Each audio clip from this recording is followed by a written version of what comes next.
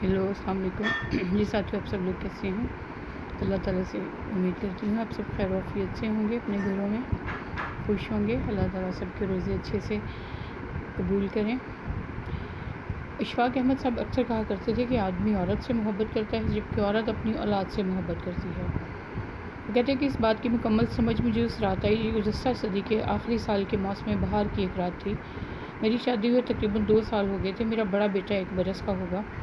उस रात कमरे में 3 लोग थे, मैं, मेरा बेटा और उसकी वालदा। 3 में से 2 लोगों को बुखार था, मुझे कोई 104 और मेरे बेटे को 101। अगरचे मेरी हालत बेटे से कहीं ज़्यादा ख़राब थी, ताहम मैंने महसूस किया कि जैसे कमरे में सिर्फ 2 ही लोग हैं, मेरा बेटा और उसकी वालदा।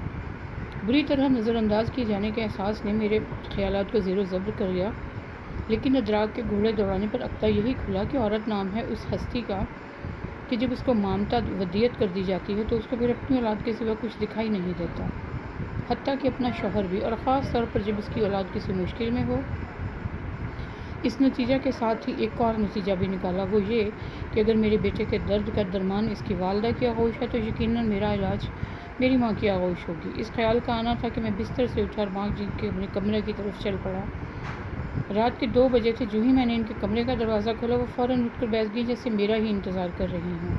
फिर क्या था, 1 साल के बच्चे की तरह गोद में ले लिया। तवज्जो और मोहब्बत की इतनी हैवी डोज से मेरी आगोश थेरेपी की कि मैं सुबह तक बिल्कुल ठीक हो गया। फिर तो मैंने जैसे असूल ही बना लिया, जब कभी छोटे बड़े मसले बीमारी का शिकार होता, डॉक्टर हकीम के पास जाने के बजाय अपनी वालदा के पास पहुँच जाता। वहाँ पहुँचकर मुझे कभी कुछ कहने की ज़रूरत न पड़ती, बस मेरी शक्ल देखकर ही मसला की संगीनी का अंदाज़ा लगाती। मेडिकल इमरजेंसी डिक्लेयर की जाती, मुझे माँ जी के ही बिस्तर पर लटा दिया जाता, उन्हीं का कंबल उड़ा दिया जाता। किसी को यखनी का हुक्म होता तो किसी को दूध लाने का। उनकी सारे घर वालों की हंगामी तलबी होती। अलगज़ तवज्जो और मोहब्बत की इस हैवी डोज से मैं बीमारी की नौयत से के हिसाब से कभी चंद घंटों में और कभी चंद पहरों में सेहतमंद हो जाता।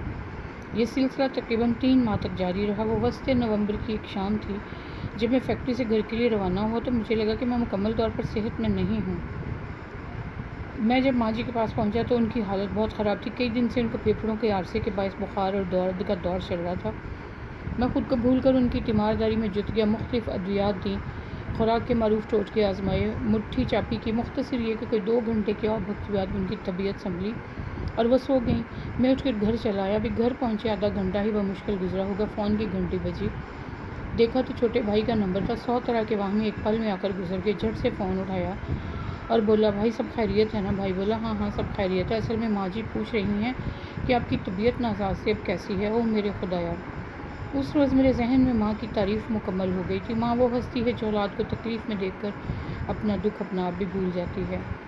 इस तहरीर का मकसद ये है कि शायद इस तहरीर को पढ़ने के बाद किसी को सीधी राह मिल जाए और किसी के गम दूर हो जाए। तो माँ के बारे में कुछ कहने की किसी को भी ज़रूरत नहीं, हर कोई जानता है माँ माँ है।